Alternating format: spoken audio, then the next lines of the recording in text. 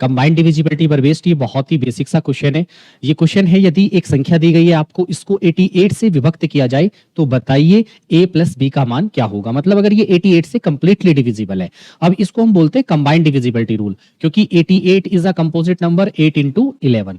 इसका मतलब ये है कि अगर ये नंबर 8 और 11 दोनों से डिविजिबल होगा तभी ये 88 से डिविजिबल होगा। तो इन दोनों के बिहाफ पर ही हम a और b की वैल्यू पता करेंगे। अब आपसे कह रहा है नंबर ये है 8a 5146b। अब यहां पर ये जो b है, अब मैंने कहा मैं पहले 8 का डिविजिबिलिटी रूल अप्लाई करूं या आपका 11 का। आपने कहा लास्ट 3 डिजिट अगर 8 से डिविजिबल हो जाएंगी तो नंबर 8 से डिविजिबल हो जाएगा। वो कह रहा है कि नंबर डिविजिबल है 8 से, तो यहां पर क्या पॉसिबल मान आ सकता है। आपने कहा 4 6 8 5 जा 40, आपने कहा यहाँ 6, तो यहाँ b के प्लेस पे मैं क्या पुट कर सकता हूँ। आपने कहा 4 के अलावा पुट कर ही नहीं सकते, क्योंकि 60 से लेके 69 तक एक ही नंबर 8 का मल्टीपल होता है, 8 8 जा 64। तो यहाँ से b की वैल्यू तो क्या आ जाएगी आपकी 4 आ जाएगी।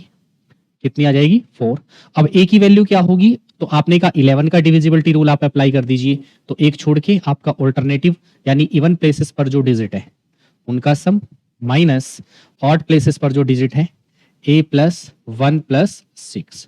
तो आपने कहा ये कितना हो जाएगा 8 5 13 और 8 21 माइनस ये माइनस हो जाएगा, ये भी माइनस हो जाएगा। गड़बड़ इसमें यहां होगी कि जब 6 + 1 7 करेगा बच्चा, तो यहां पर इसको -a + 7 राइट डाउन कर दोगे तो यहां ये क्वेश्चन रॉन्ग हो जाएगा। बट इस नेगेटिव साइन की वजह से सारे साइन चेंज होंगे। ये सब्ट्रैक्ट होगा तो कितना आएगा, आपने कहा ये आएगा 14 - a। अब आपने कहा इनका अगर 11 के डिविजिबिलिटी रूल की मैं बात करूं तो इनका डिफरेंस या तो 0 आना चाहिए या 11। 0 आने के लिए यहां पर 14 पुट करना पड़ेगा जो कि 2 डिजिट नंबर है। 11 लाने के लिए यहां पर क्या पुट करना पड़ेगा, मैंने कहा 3। तो यहां से a की वैल्यू तो कितनी आ गई 3, b की वैल्यू पहले ही कितनी आ चुकी है 4। तो आपसे क्या पूछ रहा है आपका a + b नहीं है, a × b है। a × b कितना होगा आपका 12 है।